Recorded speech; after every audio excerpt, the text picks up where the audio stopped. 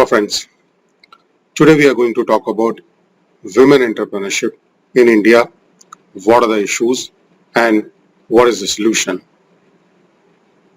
If we see the past data, over the last decade, the Indian economy has grown steadily and the numbers of startup, new businesses in the country have risen. Initially, the vast majority of them were founded by the men, but however, nowadays we are witnessing that many Indian women aspiring to become an entrepreneur, they are also adding a lot of values. However, at the same time, they often find it more difficult to succeed. In fact, India has become identified as one of the countries where women entrepreneurs are flourishing, especially in the past 5 to 10 years. Now let's talk about the role of women into the business.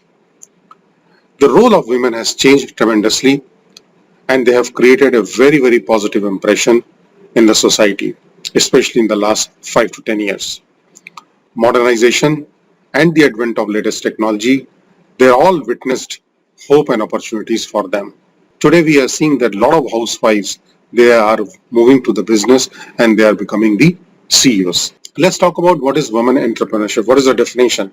So as per the Government of India, women entrepreneur may be defined as a woman or a group of women who initiate, organize and run a business enterprise. Interestingly, we have seen that for all these women entrepreneurs, there are a lot of role models are there and most of these role models are also female like Indra Nooyi, Kiran Majumdar-Shaw. Many big names are there, we all know. So today, they have proved that they do not need to have a man to become successful. This is what the great value addition about our women in our society. Now let's talk about some interesting facts. India is the 5th largest economy in the world. However, if we see the participation of women, then it is 7 out of 100. Whereas as compared to US where it is 35 out of 100 and even China 20 out of 100. So we can imagine then from 7 if we move to 25 to 30 out of 100 the participation of women, you will see where this economy will go. We will definitely be top 2 economies in the world. Therefore, it is essential that we should bring more and more women in the society of business where they can create a lot of value addition. It has also been seen that in terms of the emotional intelligence, women's emotional intelligence is much higher than the men because probably it is by historically or from the day one they, when they get married and they have a family, they run the family very well. So they have a very good, excellent decision making skill as well. Now, today, women constitute mostly half of the world population. So as in India. So we can't just simply stop them not to become the, the part of the mainstream. Therefore, they are regarded as better half of the society. The women of modern times have started plunging in different industries, running their enterprises successfully. The other important factor happening in our society is socially and economically reducing the gender gap with men, and this has led to more employment opportunities for females. Today in India, the next generation of women is more likely to dominate their own success. However, the picture is not entirely rosy due to the fact that India has identified as one of the countries where female entrepreneurs as well as female leaders, professionals, they face less favorable condition, especially due to the pronounced cultural bias and lack of business resources such as finance, capital training and development.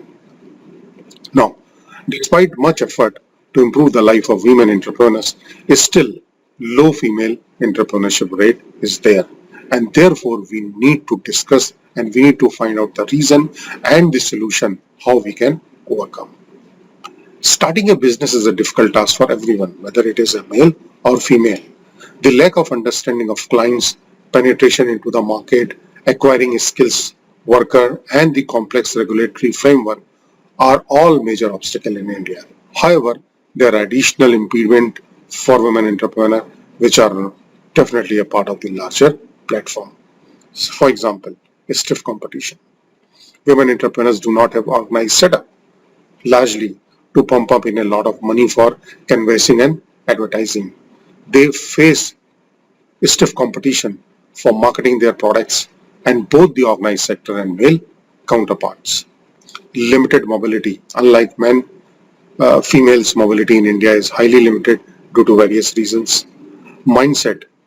The cumbersome exercise involved in starting an enterprise, coupled with the official humiliating attitude towards female, that compel them to give up the idea of even starting an enterprise. So there we need to definitely change. We need to accept it, the fact that they are as powerful, as competent, or even better than the male, and this is our duty to support them. There's another gender bias, but I would say there is a mixed response. Though many women face gender bias, however, some of the female founders who were in early phases of their profession indicated that they have not faced much gender prejudice. But yes, definitely it is also exists, and somehow we need to find out a solution. Low risk bearing ability. Some of the aspects which definitely females need to improve upon is basically over the years they have led the protected life, and they have less education opportunities, and they are not very self-dependent also. So all these reduces the ability to bear risk involved in running an enterprise. The risk bearing is an essential requisite of a successful entrepreneur. So here I would definitely request our female entrepreneurs to work on that they should start taking the risk. Confidence in the business talent. In India, especially in rural areas and small town, women naturally have a lower level of confidence in their own business abilities.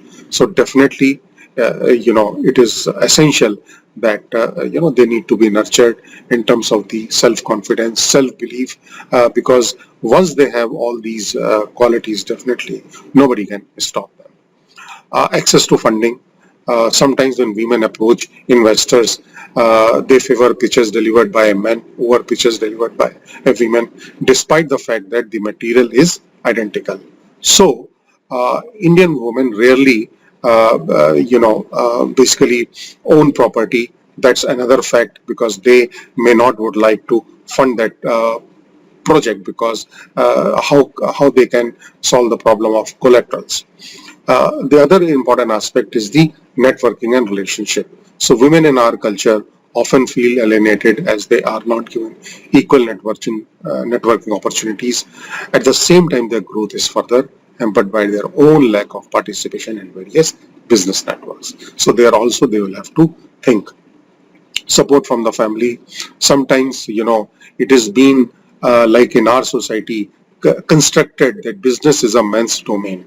And that is why even in many of the business houses, the once the first generation goes away, they give entire business to the male as opposed to the female. However, this is also changing, I'm not saying, but yes, due to the family, due to the lack of family support, managing both home and work is definitely exhausting for them.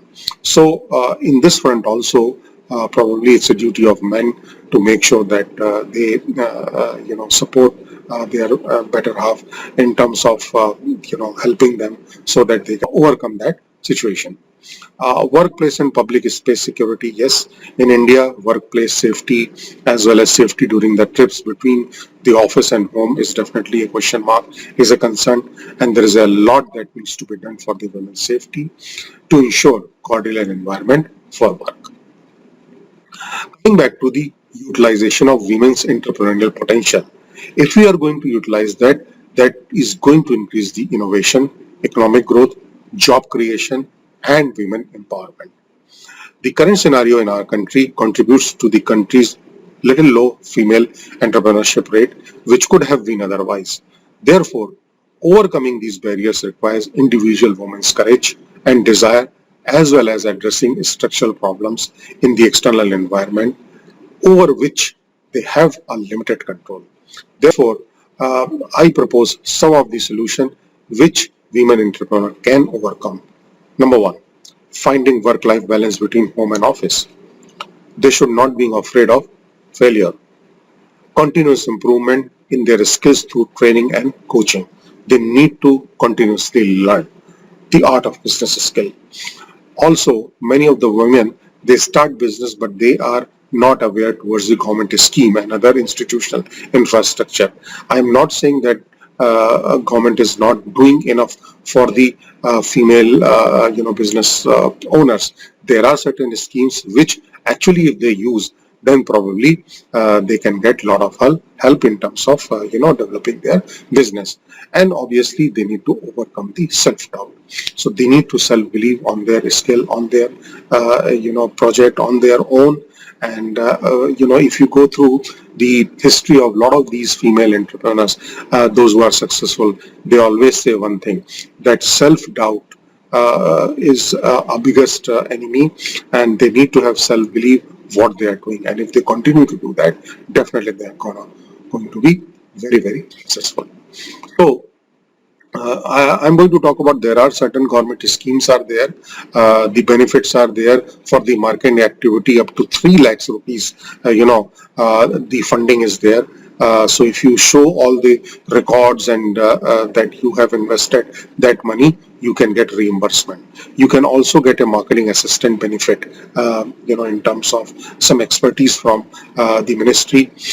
Also, subsidized incubation, co-working subsidy is there, which can give benefit up to 50% of the monthly rent of the incubator or co-working space. So that also you can avail. If you want to go for a patent or a copyright, there also you will get the reimbursement. Some of the GST reimbursement also is there, like annual reimbursement of state GST paid in sales of goods for a period of 3 years up to the maximum of rupees 3 lakhs per startup per year. So that is also a good saving is there. Otherwise, a digital technology subsidy is there. There is a reimbursement of more than 50%. Power subsidy of more than 50% is there. So there is a lot, those schemes are there. The importance that we should be knowing is. So with this, if you like this video, please like and subscribe my video, and please go to my video channel. There I have posted a lot of other videos related with the business topics, so you can watch those videos. And finally, I would like to show my master class which I am taking for the females. This is online one-on-one master class on business coaching and entrepreneurship, and the content of the program is that we have 3 online master class of 2 hours each, where we are going to learn the art of managing and running business. We are also going to talk about how we can create system and process so that your business should not be person dependent. It has to be absolutely system dependent. You will also learn the personal and professional business excellence. We'll also teach you art of selling and negotiation. We'll also expose to you what all government schemes are available for funding for your business in various states where you live. Apart from that, I'll give you approximately 3 hours of recorded videos. You will have lifelong access, and once you will create your business plan or whatever existing business you have, I will give you a free consultation on your business model and the business plan, and also handhold to you for 3 months where you are going to implement the learning which you will learn from my master class. I'm also give you the free book which is the topic is how to grow your business and increase profitability. This is my Amazon best-selling book. Apart from that, if you have any other question, you can always come back to me. My WhatsApp number is there, my email ID is there. Please do send me email. Please do send message on WhatsApp. I'd be very happy to resolve all your queries. And you can also visit my website www.praveencshrivastava.com. The link is below. You can go to my website and check what all I do. There are a lot of videos are there. So once again, I would strongly recommend, if you are existing female entrepreneur or you would like to go for a startup, I have an online one-on-one masterclass on business coaching and entrepreneurship. With this, thank you for your attention. Thank you very much.